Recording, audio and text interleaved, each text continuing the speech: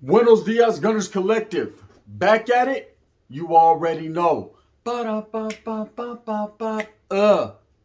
Goes another one. Ba-da-ba-ba-ba. I said, what? Ba-da-ba-ba-ba. Here goes a motherfucking another one. Bye-ya. Bye-ya. Man. As you can tell by that thumbnail right there, I'm about to tell you guys a story. You've heard a lot of prison stories, man. If you've heard one, you've pretty much heard them all, right? But this story right here, I'm about to tell you, man, it's a little different, a little intriguing, man. It goes to show how if you don't play your cards right and if you're not programming a certain way on the yard, you're going to get it.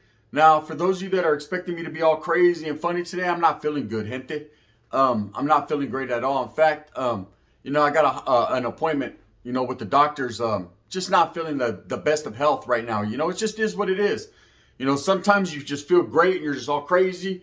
And then sometimes you're not. And today is one of them not days, right? So bear with me, gente, as I tell this story, because I'm committed to this and I'm going to do what I does, No pity parties, no none of that bullshit. I just ain't feeling good.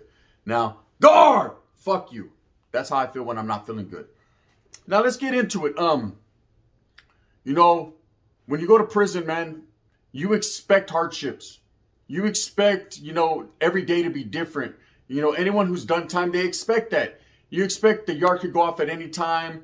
Somebody could pull up that maybe from the streets, or maybe you just don't like just based on judging a book by its cover. And things can go down quite drastically and swiftly. No, not Swifty Blue, but swiftly, right? And that's just the way prison is. That's the way being incarcerated is, whether it's the county jail, prison, what a difference a day makes. I think that phrase right there was coined for people going in and out of jail. Because, man, what a difference a day makes. For those that sit here and say, oh, every day is like the same rutina, the same máquina, the same program, the same food. Yeah, those little things might be the same, but a man's mentality is different. Just like yesterday, I felt great. I was in the mix. And then today I woke up feeling like shit. That's how some people wake up and feel when they're in prison. You got lifers that, man, wake up one day and decide that they have nothing more to lose, or that they've lost a loved one, and that could set them off. So every day's different. You have to adjust to that and realize that fact, That's knowledge you can't get in college right there. But trip out on this. So I'm on a yard, right? And I take, I don't take relationships on the yard or friendships lightly. If you become a good homeboy, a taita, a good friend, I'm going to rock with you. Right or wrong, no matter what. Well, not too wrong. Don't go acting too stupid, because fuck you, you're on your own. I said, right? But, it's just like having a cellie, No matter what your cellie gets into, you're going to defend the household. You're going to defend your cellie. If your cellie's getting plaqueada, he's getting jumped all the way across the yard, you're going to run over there to go help him, just based on he's your cellie. Disrespecting him is like an extension of yourself. No one's allowed in the pad. If someone comes in your pad to get with your cellie and you're in there, homes, you're going to defend that household. You're going to defend, your cellie. And then later on, you're going to say, what happened? I say, he's going to say, it's so scary because I took a lot of pills and I owe everybody, right? Bam. Then you have to do your thing, and then he goes. But right or wrong, you're in defense of who you're in defense of. So I had a friend, right? I'll call him a friend, more like an associate or a homeboy, that was on the yard. And he was a Native American, right? And now it's crazy because I've been on both sides of the spectrum. I had one homie that was really getting it. And this guy right here was a native. He was the homie. Now, if you know about the natives in prison, and not all of them, but some of them, man, they get that checky check, right? They got money. They got feria. Órale, carnal, right? You want to associate well with the natives. And for the most part, the natives are cool. They do their own thing, their own program. They function on the side of the yard they function on. But they're open and available to talk to anybody, whoever they want to. I was cool with a lot of the natives. They were just cool gente, good people. One thing about the natives, they understand that Mexicans also come from indigenous people. So we all got native blood in us. So there's a camaraderie there, a brothership, an unspoken bond between, the Native Americans and the Mexicanos. It's just all love. We all come from warriors. So I took to liking this one guy. He was cool, man. Good gente, good people. He was doing like 19 years. He was going to be there for a little duration. And he knew that. And he accepted that. You know, he done blasted on someone and he accepted that.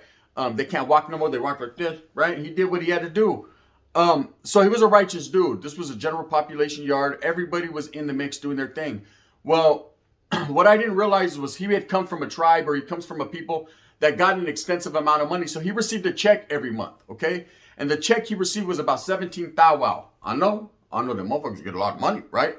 But like I said, I guess the tribe he was from in Northern California, they were involved with casinos. And, you know, the natives that are involved in the casino game, you know, they all get a percentage. It's split up. Man, it gets technical. I can't sit here and give you the details. I'm not fucking, you know, native like that. So I was my name is not Tanto Rodriguez. But one thing I know for sure is these are the stories he would tell me.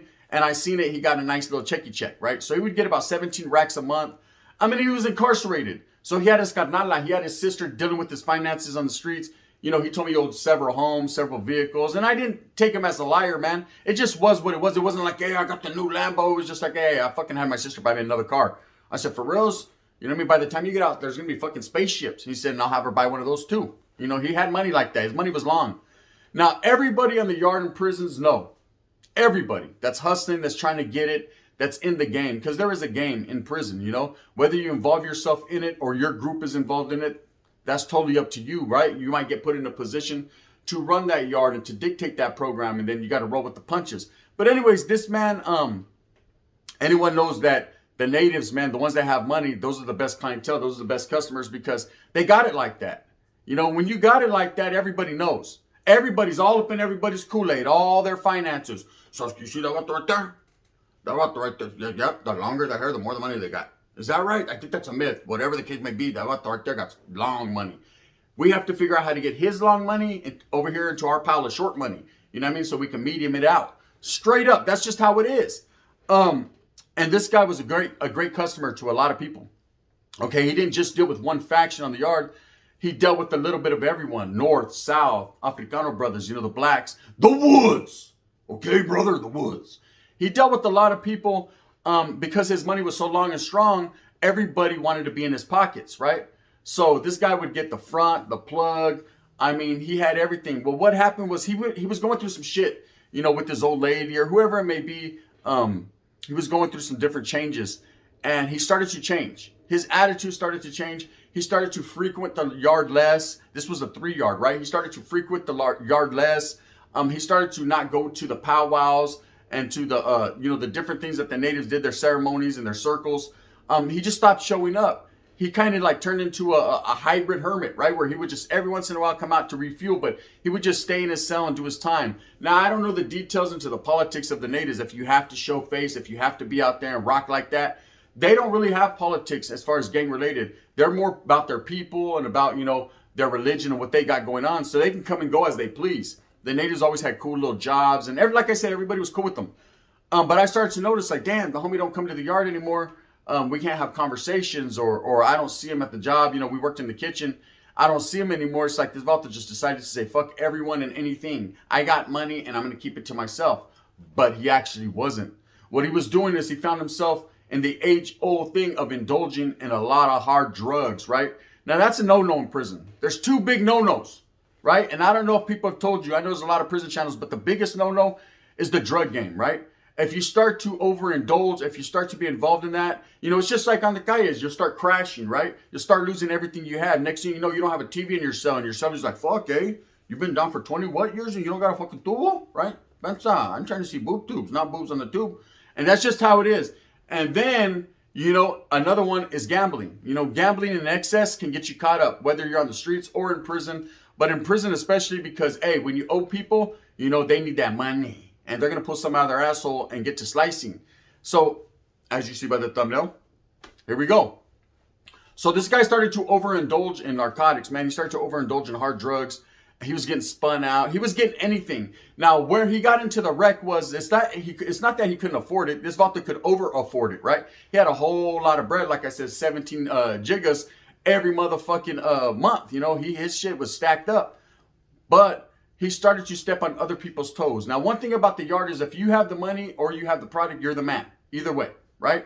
Those with the bread, you know what I mean? They're very good clientele. They're going to get a lot more love, you know? They're going to get a lot more shine than other people. And those who have it, shit. everybody's trying to get it. You know, that's a whole different wreck. Because when you're the man and you have it on that yard, people are going to hate you. And it's usually your own people that are going to undercut you, hate you, try to push you out the way because they're trying to get that feria, or they're just jealous or envious because you got it going on. You know, it's kind of like the YouTube game. People get jealous of you, and Sasuke, next thing you know what I mean? You're getting fucking disrespected every day, and shit's going down. And it's crazy. And that's not a fucking subliminal. That's the truth, right?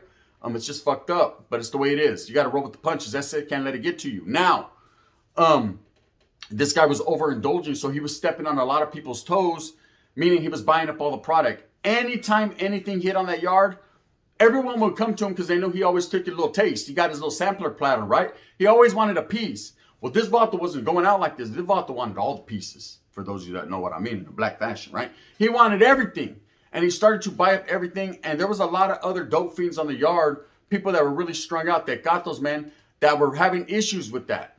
They were upset in the way that he was just getting everything. When I say buying everything, I mean, he was like, what do you got? I need it all. And he had long paper, so he could do that. You know, millionaire status. Like, I'm going to need every bit that you get. And, you know, and of course, the people that were distributing it and doing their thing, they ain't mad because they're getting broke off. You know, the break bread, like Jesus said, they don't give a fuck who does it. They just need the money, right? So they just pay for the old lady's pad, her nails, her hair, oh my, right? So that's all they're caring about. This Vato started to do that.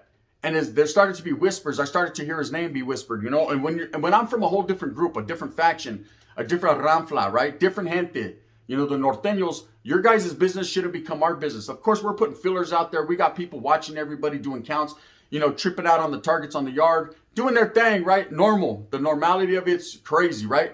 But that's just an everyday thing.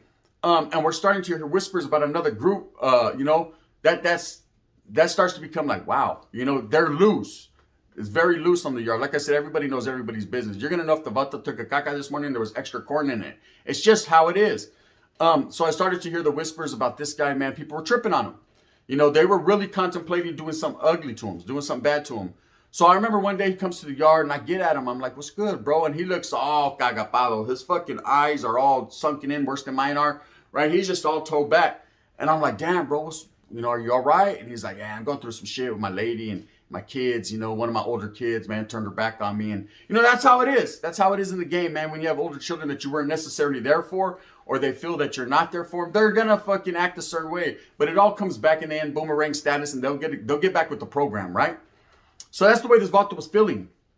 And I felt for him, but at the end of the day, man, I'm on the yard trying to bob and weave, man, duck and dodge like a LA Dodger. I'm trying to do my thing like a San Francisco Giant and stand above the rest, right?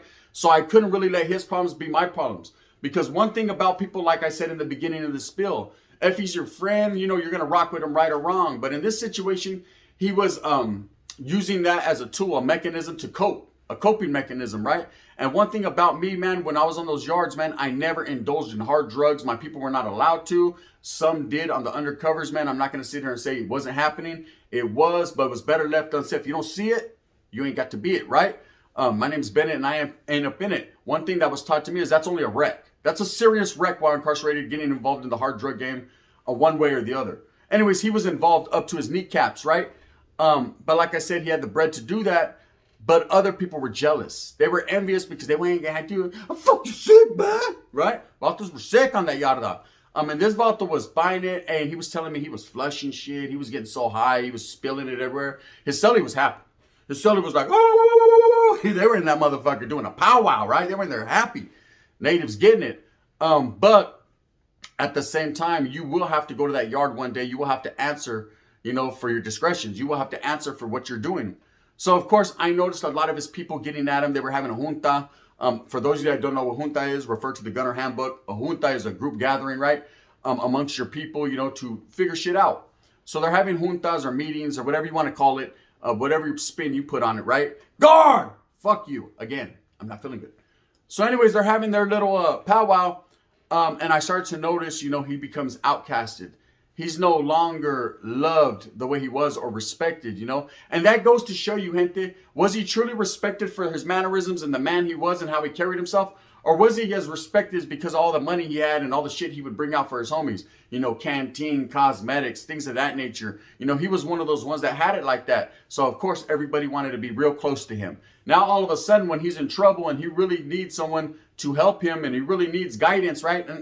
Vatos are like, shh, see you later. Go there with Swifty Blue. See how that works out for you. Check that. Check in with that, right? So the Vato was in trouble. So, when I could, man, he got to working back in the kitchen. He started coming to work. And I would get at him, we'd work out in there, do a few little push-ups. And I tell him, hey, look, bro.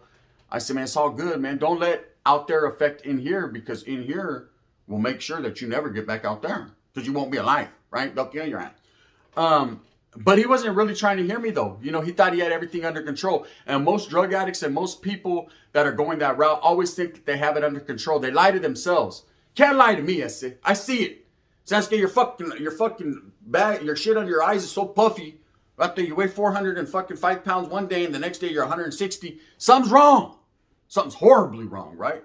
Sasuke, and plus you told me next time you was gonna bring me out a deodorant. You forgot. I forgot to mention that, right? So look, anyways, this Vato, it's getting uglier and uglier, right? It starts to become where it's not even whispering anymore on the yard. They want to whack this guy. They want to get rid of him, because he continues to do the same thing, which is buy up all the product. Now, there was other people getting high. It's not like he got every gram on the yard, right? But he was stepping on people's toes. And he got involved with the group, I'm not going to say which group, that don't play, They're very, very regiment orientated about their people, man, and they don't play. And they've been fucking with this guy for years, right? And so they try to tell him, like, hey, bro, we're only going to do this much because you're upsetting the clan case. You're upsetting the motion in the ocean. About to say, the Yarda is about to go down. You see the Vatos are over there scratching themselves in the bleachers, just staring at us. Now, we're going to have to let that go, bro, and just calm you down. And he got in an argument with someone he shouldn't have argued with. That's another thing about prison. There's those that you just can't disrespect people, man. You can't call people out of their names. We all know the punk, the bitch, the certain words that you just can't say. And there's certain things you can't do, and that's make fucking, draw attention. Especially when someone's on the yard really having it like that and they're doing their thing. Every little piece of the yard, every piece of the puzzle, whether it's Norteños or Southerners or Woods or Blacks, right? Everyone plays an intricate part into the piece of keeping that fucking yard going.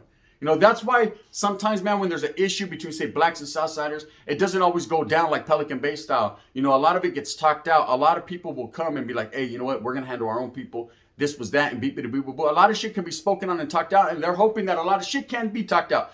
Unless it goes over the limit, it goes over the line where it just has to be violent, right?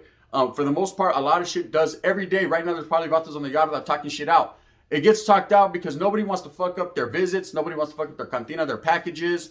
Everybody wants to see that old lady that they knocked, that they suddenly hooked them up with. You know what I mean? That's kind of fat, but fuck it. You know what I mean? It's just the way it is. So it's a last resort of violence. Unless something happens spur of the moment and then no one can help it. And then you'll answer later for that. And that's just how it is. Anyways, the day that this guy gets whacked on the yard, man, I seen it coming. I seen it coming. But again, it was none of my business to warn him. I wasn't going to do the Matrix. No, they're going to stab you 100 times, right? I couldn't do that. I kind of knew it was going down, And I'm not going to sit here and say I'm a shitty friend because, like I said, we weren't the best of friends. We were acquaintances at best. I just liked the dude, man. I thought he was a cool guy. But he was fucking up. And in prison, man, you gotta let live and learn, right? And let learn. It's just like a homie getting a DP, man. If he pulls up, and then you gotta pull up and pop, and you gotta let him have it. He's still the homie. You got hugs and love for him, but man, at the end of the day, he fucked up to put himself in that type of position. So anyways, he gets to the yard that day, and I remember we go to chow, and everything is everything. In fact, I wasn't working that day. He was working breakfast. Boom, boom, boom, serve. We eat breakfast. Everything's good. We go back to the cell, and me and my cellie bust down real quick. We take a quick bird bath, and then we're getting ready to go to the yard, right? It was just a quick little 15, 20-minute workout. Just powered it out, right? And we get to the yard, and just like I've told you guys before, and many other people that do this prison genre have told you, or what you consider the prison genre, when the yard's about to go down, you can feel it. You can feel the electricity in the air. If you had a knife, which you probably do in your asshole, you can pull it out and cut it, right? This guy gets to the yard, and where the natives would be, he goes over and they kind of abandon ship on him. They kind of like walk off. Now, this had been happening, right? This is when he gets off work, right? He went from the kitchen to his fucking building and then came out. Now, this is what happens lately. These natives were pushing away from him because of the shit the wreck he was in. Most of the natives are like, man, brother, that's on you, man. Get the fuck away, right? They ain't got nothing to do with that, brother, right? Indigenous or not, Anyways, they kind of get up and walk away from him. This guy gets approached by two people, and they call him to talk to him. That would have been the first sign right there. But I think he was high, and I also think he just didn't give a fuck. He knew what he had coming, and he didn't care, man. I think he pushed his way into that. Now that I think as an older man, at that time I was like, fuck. But now I'm like, okay, he knew what was coming. He had to. Fuck, did you see the knife on that guy? Right? These two guys took him on a walk on the track, and when they got to a certain area back around, more towards their side, they blasted him, right? They blasted him. They cut him from right here in the eye all the way. It was a straight line. Usually, Vatos get hit right here in the mouth. They whack them or they cut their ear or whatever. This Vato got whacked straight from the eye down, right? They spit his shit down. And when they spit him, he went into kind of a shock, and he was swinging, and then another Vato was on him with the pedazo. They hit him several times, man. A couple other hitters joined in, or what you would call bombers, right? That didn't have weaponry, but just hands-on. And it was just boom, boom, boom. I mean, it happened so fast, so violently, and so viciously. But everybody on the yard was kind of looking at it, but you can if you want, but you're not supposed to, but fuck, we are anyway. That's the way it was going down on that yard that day. And ultimately, man, he got carried out on a gurney, a stretcher. He didn't die, but he did get fucked off pretty bad. And then, of course, he went to the SNY, he went to the other side. Which is crazy because a native on the SY, they really don't have to go there, but they took him there for his safety. They didn't want him to get hit over and over again. And that was it. That was it. But that's a story to tell you guys about the do's and don'ts of prison. There's certain things you don't do. Hey, you could be that one, man. One day, everyone loves you. Like I said, the most respect on the yard, and the next day, it's a whole different story. No one likes you anymore. For one reason, you can't win, bro. Prison is prison. Jail is jail. Just like life. You can never fucking win, man. But you got to stay winning. If you fucking can read between those lines, right?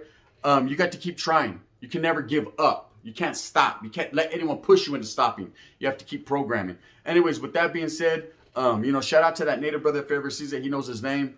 And he was a good dude, man, a righteous dude. And just, fell into a state of depression and a state of drug use, man. That's why I'm strictly against hard drugs. And I truly believe, honestly, man, that stuff right there, man, is the root of all evil. That right there can tear a man down. You'll lose your family, your loved ones, your homeboys, your barrio. Everyone will turn their back on you, man. Because first of all, ain't no one trying to be around no fucking poop but smell like caca all day, right? And second of all, man, it's just a bad look. And that's it. Like I said, you go to prison, you go to jail, you think everything's cool, man. You got a little bit of money, you think, you're untouchable. Nah. They touched him, humps. They touched him about 25, 30 times. It was crazy. With that being said, I hope that you move smooth with a purpose. Get everything that you want coming to you. I'm feeling a little bit better now that I had this conversation with you guys. But I'm still going to have to go to my doctor's appointment because I'm not feeling well, gente. What I think it is, I hope it ain't. But it is what it is, man. I'm just not feeling good, With that being said, thumbs up or thumbs down. Heavy's going to be the head that wears the crown. I'm going to continue to strive and struggle and strive for what I truly believe in. And that's telling you the best stories that I can, the best entertainment I could possibly provide. Facts, man. And bringing the gente together as one. You already know what it is. The gun. Gracias. Bang, bang.